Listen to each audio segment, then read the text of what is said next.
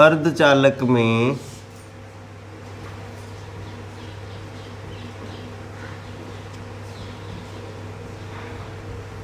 विद्युत का चालन। ठीक है, दिखाई तो दे रहा होगा आप लोगों को।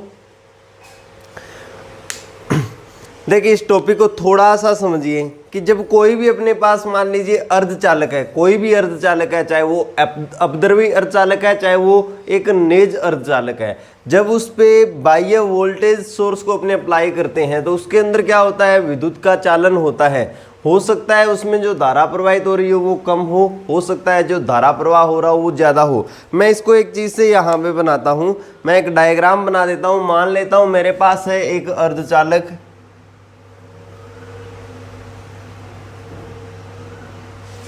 उसको मैंने क्या कर दिया, एक बाह्य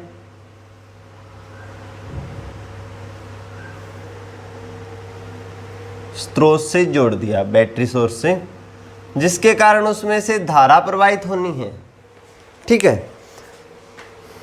अब इसके अंदर दो चीजें हैं। पहला है मुक्त इलेक्ट्रॉन,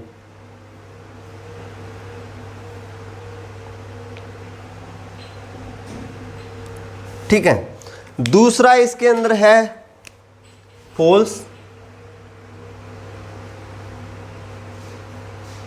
दो चीजें, हो सकता है ये मुक्त इलेक्ट्रॉन और ये होल्स बराबर हो सकता है दोनों की संख्या अलग अलग हो क्योंकि नेज अर्धचालक की अपने बात करते हैं नेज अर्धचालक की अपने बात करते हैं तो नेज अर्धचालक के अंदर तो जितने इलेक्ट्रॉन्स अपनी जगह छोड़ते हैं उतने ही होल्स हो जाते हैं, लेकिन अपद्रवी अर्धचालकों में दोनों की संख्या में परिवर्तन आ जाता है, इलेक्ट्रॉन्स और होल्स दोनों की संख्या में परिवर्तन आ जाता है। जब तक बाह्य विद्युत क्षेत्र अप्लाई नहीं होता, मैं आपका जो करंट इलेक्ट्रिसिटी है उस चैप्टर की बात कर रहा हूं, उस चैप्टर में हमने पढ़ा हुआ है, उसी के अकॉर्डिंग अपने यहाँ पे बात करते हैं कि जब तक यहाँ पे बाह्य विद्युत क्षेत्र अप्लाई नहीं होता, जब तक यहाँ पे बाह्य विद्युत क्षेत्र अप्लाई नहीं होता तब तक ये अपनी मुक्त रूप से इलेक्ट्रॉन होल्स है वो इस चालक के अंदर मुक्त रूप से यादृच्छिक गति करते हैं। यादृच्छिक गति के कारण वहां पर उसका कोई भी नेट अपवाह वहां पे नहीं होता, इलेक्ट्रॉनों और होल्स का कोई एक निश्चित दिशा में अपवाह नहीं होता। लेकिन जैसे ही हम बाह्य विद्युत क्षेत्र वहां पे अप्लाई कर देते हैं तो उस विद्युत क्षेत्र की दिशा में अपवाह, जो आवेश वाहक है उनका अपवाह प्रारंभ हो जाता है और उसका जो वेग होता है वो क्या होता है, अपवाह वेग होता है। और अपवाह वेग के लिए हमने पढ़ा कि अपवाह वेग के लिए सबसे पहले मान लेता हूं, माना मुक्त इलेक्ट्रॉनों का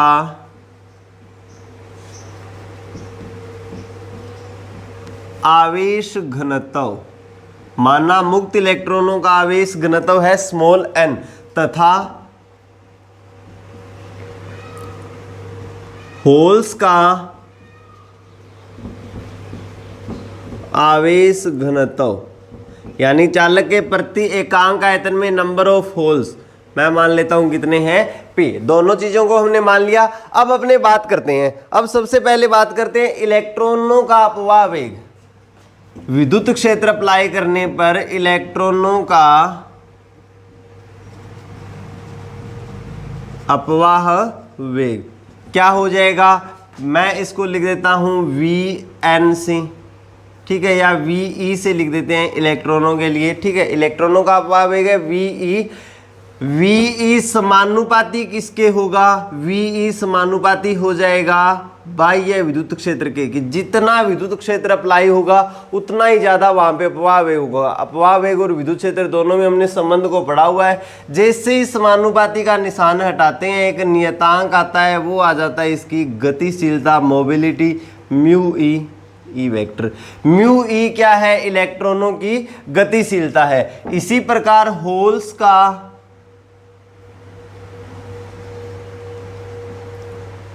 अपवाह वेग, इसकी अपने बात करते हैं वी एच, समानुपाती होगा बाह्य विद्युत क्षेत्र E के, वी एच बराबर हो जाएगा mu H multiply with E vector. समीकरण नंबर इसको मैंने लिख दिया 1, इसको मैंने लिख दिया 2। 1 और 2 नंबर समीकरण है वो अपवाह वेग को बताता है। दोनों अलग अलग अपवाह वेग, एक तो है इलेक्ट्रॉनों का अपवाह वेग और दूसरा क्या है, होल्स का अपवाह वेग। अब देखिए जब वेक्टर फॉर्म को मैं यहाँ पे यूज करना चाहता हूँ, जब वेक्टर फॉर्म को यूज करना चाहता हूँ तो यहाँ पे भी मुझे वेक्टर का साइन लगाना पड़ेगा। वेग भी क्या होता है, एक सदिश राशि होता है। जब मैं ये सदिश का साइन लेता हूं तब मेरे पास वहां पे क्या आता है, मुझे यहाँ पे दिशा की भी बात करनी है। जब इलेक्ट्रॉन्स की बात करते हैं तो इलेक्ट्रॉन्स का जो अपवाह होता है वो बाह्य विद्युत क्षेत्र के विपरीत दिशा में होता है। इस कारण वहां पे एक एक्स्ट्रा नेगेटिव साइन आ जाएगा। जब डायरेक्शन की अपने वहां पे बात करेंगे तो वहां पे एक एक्स्ट्रा नेगेटिव साइन आ जाएगा। ठीक है, ये हमारे पास आ गया अपवाह वेग।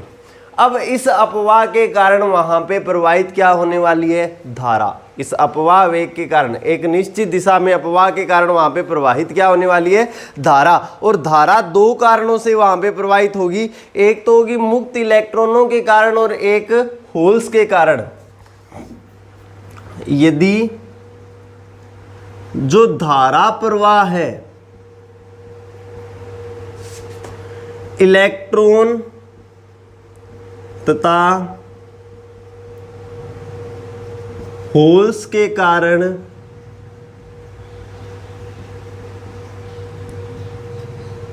जो धारा प्रवाह है वो इलेक्ट्रॉन्स तथा होल्स के कारण वहां पे हो रहा है, तो अपने वहां पे धारा प्रवाह की जब बात करेंगे तो धारा प्रवाह को ज्यादा अच्छे से किसी चालक के अंदर दर्शाया जाता है धारा घनत्व से। तब परिणामी धारा घनत्व क्या होगा,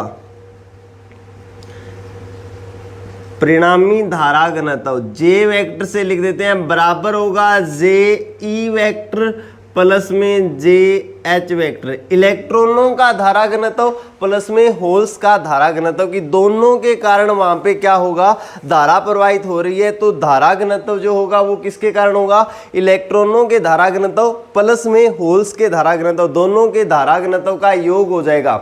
अब देखिए इलेक्ट्रॉन के कारण धारा प्रवाहित हो रही है कुछ ना कुछ, उसी प्रकार उसी चालक में होल्स के कारण भी धारा प्रवाहित हो रही है। तो धारा की मात्रा की अपने बात करेंगे तो धारा की मात्रा, परिणामी धारा की मात्रा क्या हो जाएगी, वहां पे बढ़ जाएगी। तो हमारे पास जे वेक्टर की वैल्यू क्या आएगी, जे ई वेक्टर प्लस में जे एच वेक्टर। ओके,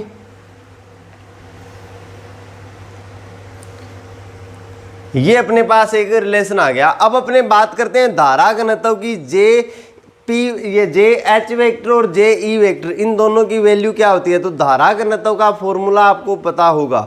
धारा घनत्व का फॉर्मूला क्या होता है धारा घनत्व के लिए,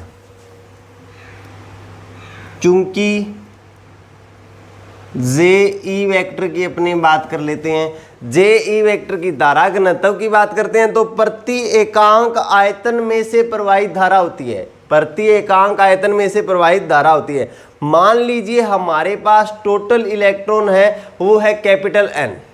कैपिटल एन की बात करें टोटल इलेक्ट्रॉन की, प्रति एकांक डिवाइड में अपने वहां पे वॉल्यूम लगाएंगे। अपने पास क्या आना है, वहां पे कुल मिला के जो धारा घनत्व होगा वो डिपेंड करेगा आवेश घनत्व के ऊपर। जो कुल मिला के धारा घनत्व होगा वो किस पे डिपेंड करेगा, आवेश घनत्व के ऊपर। और किस प्रकार से डिपेंड करेगा, तो देखिए धारा घनत्व की अपने बात करेंगे तो धारा घनत्व अपने पास हो जाएगा आवेश घनत्व। इलेक्ट्रॉनों की अपने बात कर रहे हैं तो इलेक्ट्रॉनों का आवेश घनत्व n मल्टीप्लाई विद एक इलेक्ट्रॉन का आवेश, एक इलेक्ट्रॉन का आवेश E, और मल्टीप्लाई विद उसका क्या आ जाएगा, अपवाह वेग, यानी कि VE। मल्टीप्लाई में क्या आ जाएगा उसका अपवाह वेग यानी कि VE। इसी प्रकार J H vector is equal to क्या आ जाएगा, P मल्टीप्लाई विद होल्स पर आवेश, पॉजिटिव होता है इलेक्ट्रॉन के आवेश का, multiply with V H vector. दोनों की वैल्यू अपने इक्वेशन 1 और 2 से, इक्वेशन 1, 2 तथा 4 से मान 3 में रखने पर, 1, 2 तथा 4 से जो वैल्यू है उसको 3 में पुट करें तो जे वेक्टर की हमारे पास वैल्यू देखिए क्या आएगी, माइनस और माइनस प्लस हो जाएगा, NE mu E vector plus P E mu H E vector. जो कॉमन आता है उसको कॉमन आउट कर लीजिए, तो जे वेक्टर की वैल्यू हमारे पास आएगी एन म्यू ई प्लस में P mu H multiply with E capital E vector. यहां तक आपको कोई भी डाउट हो तो डाउट पूछिए।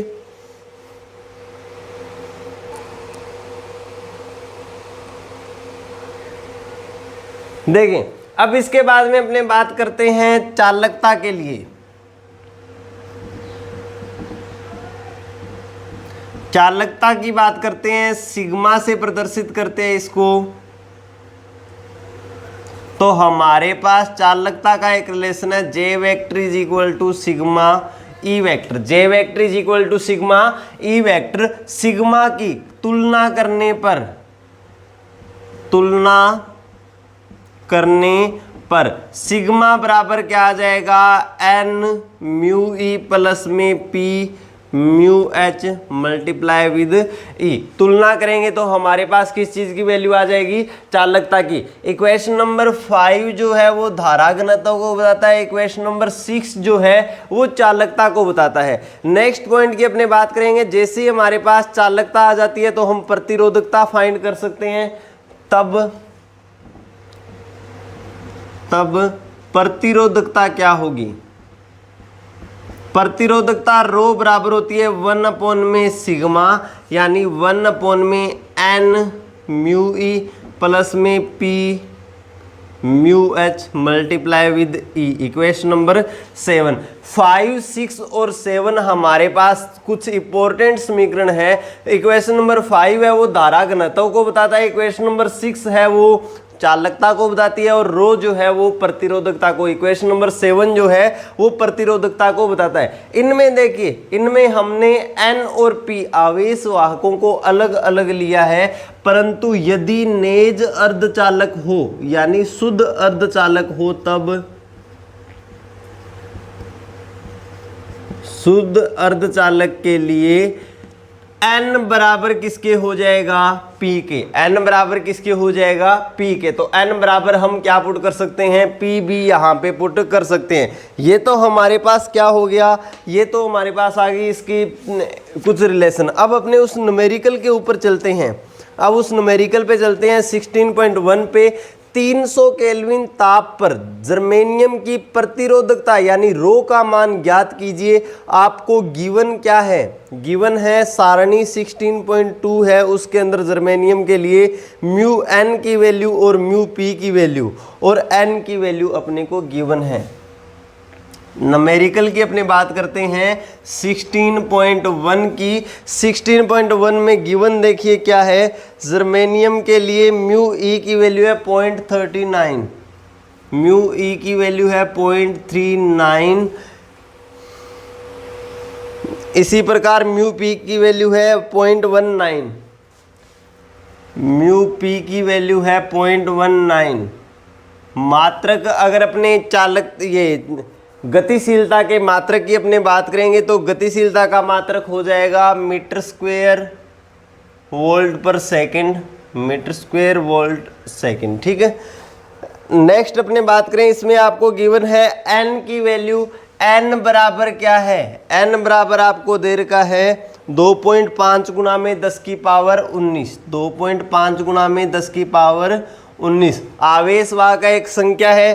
देखिए हमें नेज जर्मेनियम का पूछा है, नेज जर्मेनियम है तो P बराबर भी कितना हो जाएगा 2.5 गुना में 10 की पावर 19। ये चीज अपने को गिवन है, ज्ञात करना है रो की वैल्यू को।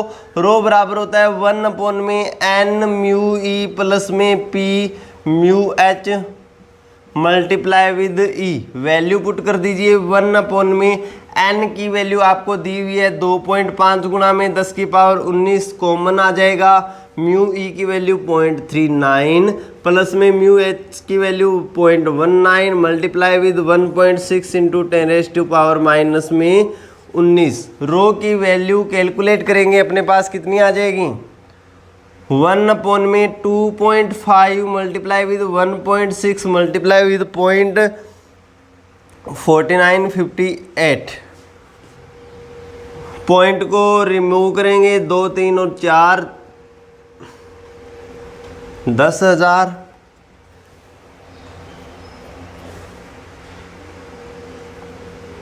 4, 25/58 इसका आंसर आ जाएगा।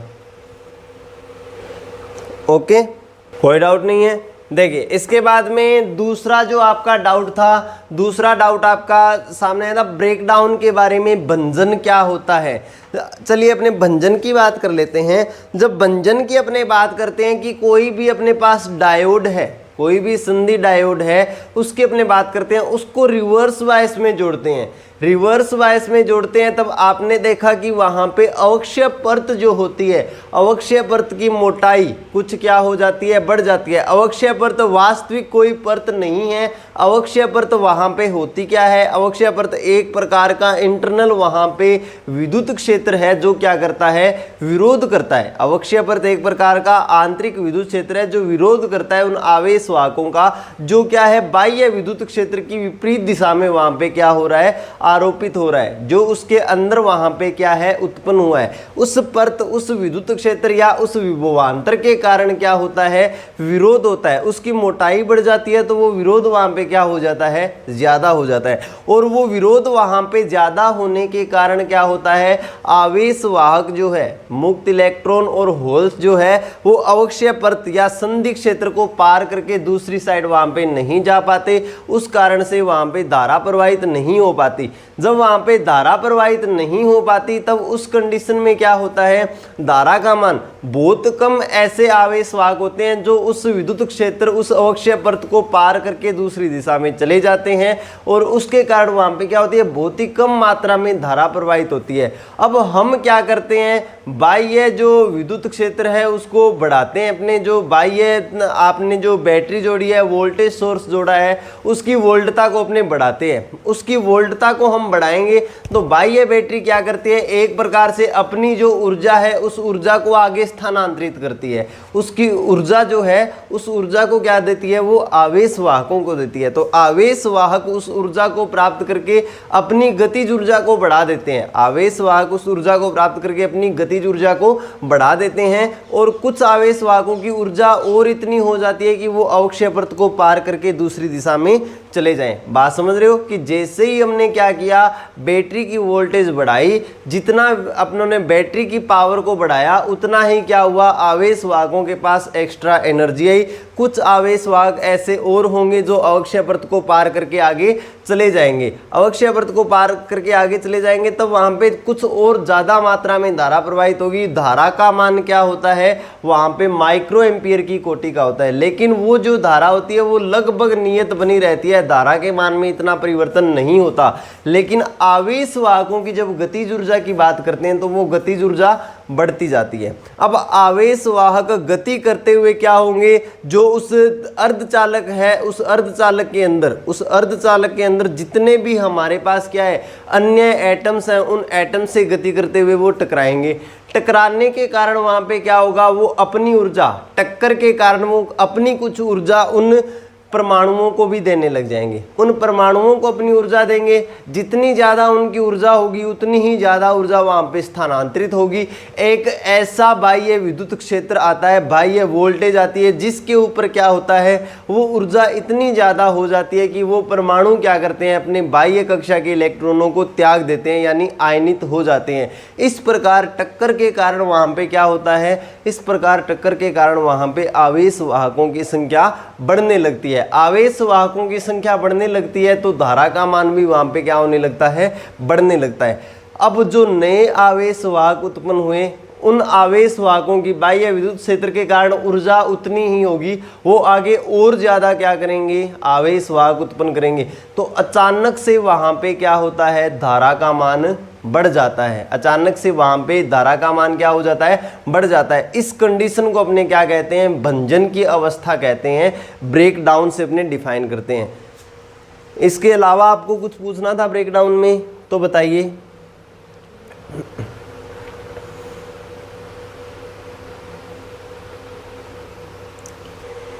आगे चल सकते हैं। तीसरा आपका डाउट आया था यहाँ पे लॉजिक गेट के बारे में, तार्किक द्वार के बारे में। क्या कोई स्पेशल ऐसा लॉजिक गेट है जिसके बारे में आपको डाउट है, या फिर सारे ही यहाँ पे आपको समझने हैं?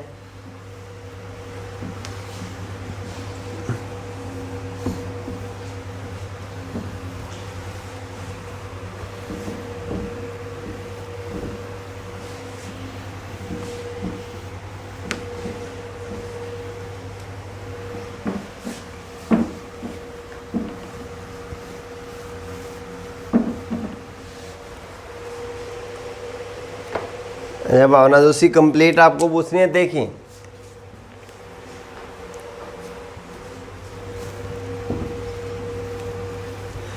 मैं हेडिंग लगा देता हूं यहाँ पे, लॉजिक गेट।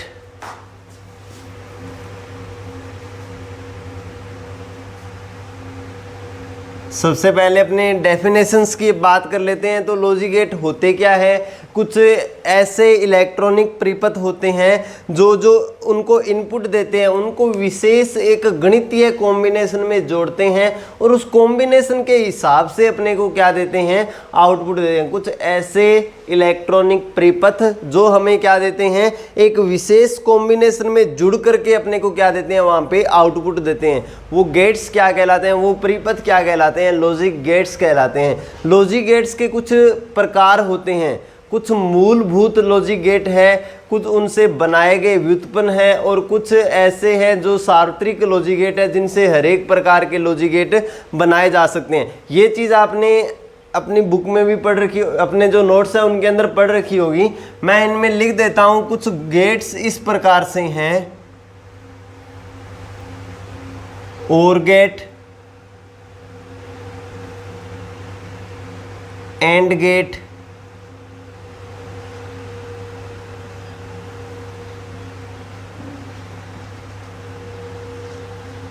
NOT gate. ठीक है, और एंड नोट, ये तीन लॉजिक गेट है जिनको अपने बेसिक या मूलभूत लॉजिक गेट भी बोलते हैं। इन तीनों लॉजिक गेट से अपने किसी भी प्रकार का लॉजिक गेट, बाकी सारे के सारे लॉजिक गेट जो होंगे वो व्युत्पन्न लॉजिक गेट होंगे, बट ये तीन लॉजिक गेट है वो क्या होते हैं? वहाँ पे बेसिक होते हैं। ठीक है, सबसे पहले आपको इन तीनों को समझना है। ये तीनों आपके क्लियर हो जाते हैं तो उसके बाद में इनको जोड़ना है विशेष कॉम्बिनेशन में। सबसे पहले अपने बात कर लेते हैं OR गेट की। तो OR गेट को प्रदर्शित किस प्रकार से किया जाता है?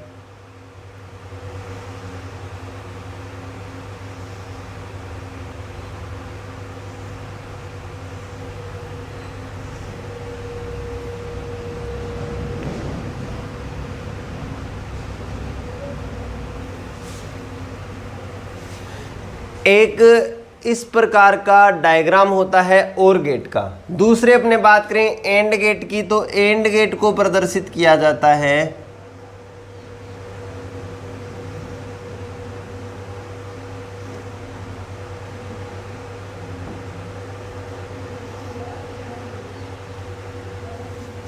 तीसरी बात करते हैं नोट गेट की, तो नोट गेट को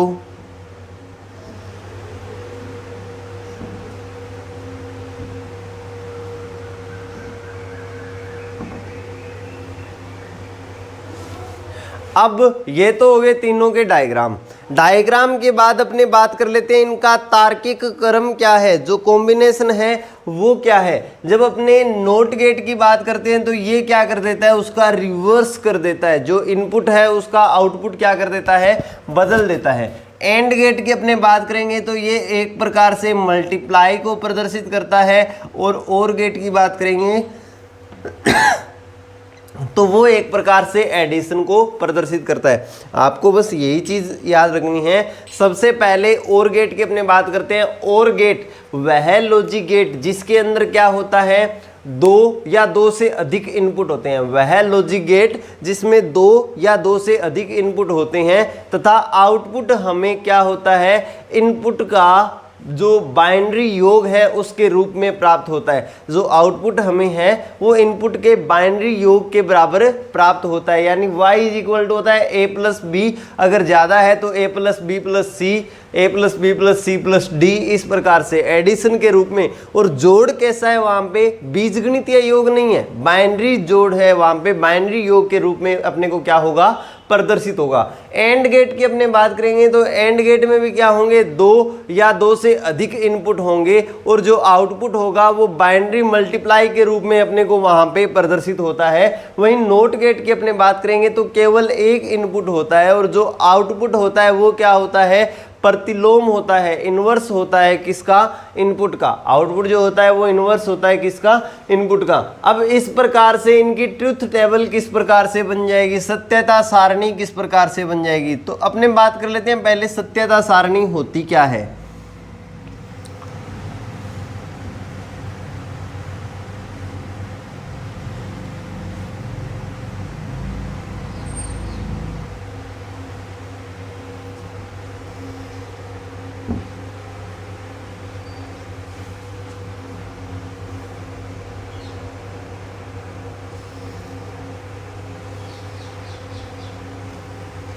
देखिए एक टेबल होती है, एक अपने टेबल बनाए जिसके हिसाब से जो इन बाइनरी कॉम्बिनेशंस को दिखा सके, वो टेबल क्या होता है, एक प्रकार से जो अपने पास हमने जो लॉजिक गेट बनाया है उसका सैद्धांतिक मान होता है जो हम यहाँ पे बना रहे हैं। जैसे कि ए का इनपुट 0, बी का इनपुट 0 रख के हम देखते हैं, ए का इनपुट 0, बी का 1 करके देखते हैं, ए का 1 बी का 0 करके देखते हैं, ए का 1 और बी का 1 अपने वहां पे करके देखते हैं। सबसे पहले सत्यता सारणी आपको ये बताती है कि जो आपका सैद्धांतिक मान है आउटपुट का वो क्या होगा, ए और बी। सबसे पहले लॉजिक गेट की बात करते हैं और गेट की, तो दोनों क्या करते हैं, ए प्लस बी कर देते हैं, दोनों क्या कर देते हैं, ए प्लस में बी। 0 प्लस में 0, आउटपुट हमें 0 मिलता है। 0 प्लस में 1, बाइनरी सम क्या हो जाएगा, 1 हो जाएगा। 1 प्लस में 0 1 हो जाएगा, 1 प्लस में 1 क्या हो जाएगा, 1 हो जाएगा। कहने का मतलब है आउटपुट हमें 0 तभी मिलेगा जब दोनों के दोनों इनपुट वहां पे क्या हो जाए, 0 हो जाए। आउटपुट हमें 0 तभी मिलता है जब दोनों के दोनों इनपुट वहां पे क्या हो जाए, 0 हो जाए। दूसरे लॉजिक गेट की अपने बात कर लेते हैं।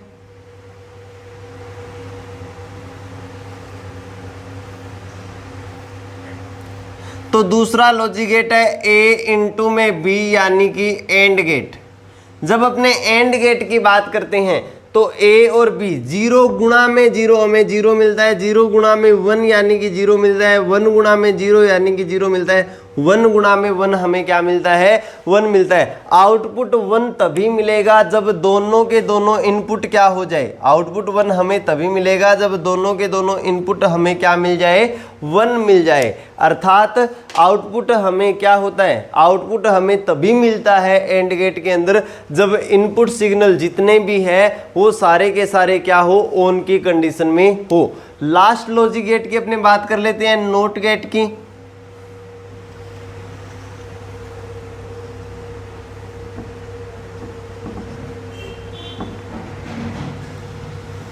नोट गेट में बार की कंडीशन होती है, यानी ए का इनपुट 0 है तो ए का इनपुट 0 है तो आउटपुट क्या मिलेगा, अपने को 1 मिलेगा।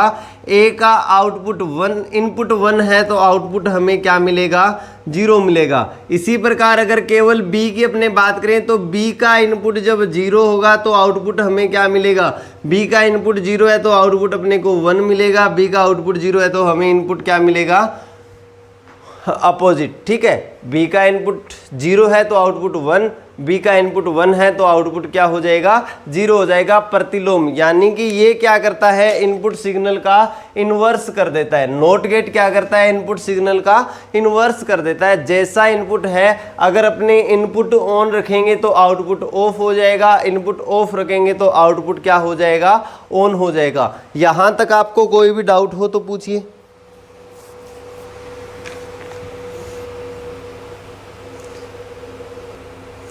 आगे चल सकते हैं। देखिए इसके बाद इसमें क्या होता है कि ये जो 3 प्रकार के हमने logic gate, basic logic gate की हमने बात करी, तीनों के तीनों लॉजिक गेट को डायोड्स और ट्रांजिस्टर की सहायता से बनाया जा सकता है।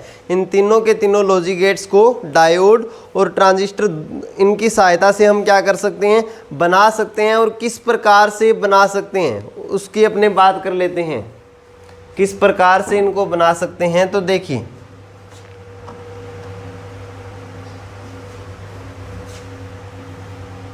सबसे पहले मैं बात कर लेता हूं OR गेट की। हमारे पास OR गेट में टोटल 2 इनपुट होते हैं।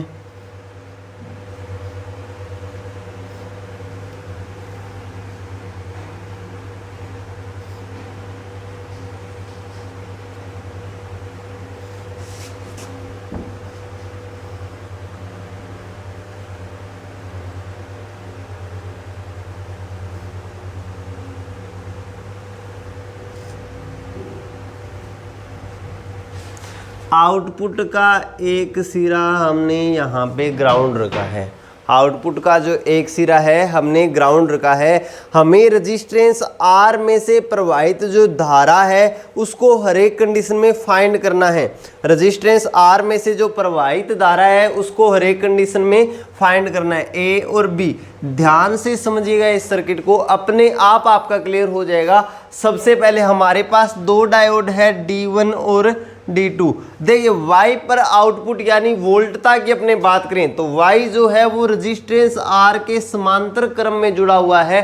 R पे जो वोल्टता होगी वही अपने को वहां पे क्या मिलेगी, आउटपुट मिलेगी। और R पे जो वोल्टता अपने को मिल रही है वो किस कारण से मिल रही है, जब रजिस्टेंस में से धारा प्रवाहित होगी। तो आपको बेसिकली यहाँ पे सिर्फ और सिर्फ इतना काम करना है कि आपको ध्यान करना है रजिस्टेंस में से धारा प्रवाहित कब होगी। देखिए कब होगी उस कंडीशन की बात कर लेते हैं। सबसे पहले इनपुट A और B 0 है। A और B दोनों के दोनों क्या है, 0 है। यहाँ पे हमने कोई भी वोल्टेज सोर्स नहीं लगाया, कोई भी वोल्टेज सोर्स नहीं लगाया तो परिपथ में कोई वोल्टेज सोर्स नहीं है। वोल्टेज सोर्स वहां पे नहीं है तो वहां पे धारा भी प्रवाहित नहीं होगी। धारा प्रवाहित नहीं होगी तो आउटपुट OR गेट में हमें क्या मिलेगा, 0 मिलेगा। अब दूसरी कंडीशन देखिए, B में हमने कोई भी इनपुट नहीं लगाया, B में हमने कोई भी इनपुट नहीं लगाया, B को हमने डायरेक्ट जोड़ दिया इस प्रकार से। थोड़ा सा आप इसको फील करके देखिएगा, B को डायरेक्ट हमने, ये जो हमारा पूरा का पूरा एक वायर है, एक सिरा है, अपने B को डायरेक्ट जोड़ देते हैं इस प्रकार से। हमें कोई आउटपुट वहां पे नहीं मिलता। लेकिन दूसरी कंडीशन देखिए क्या है, A की अपने बात करते हैं। A के साथ मैं क्या करता हूं, एक बैटरी जोड़ देता हूं।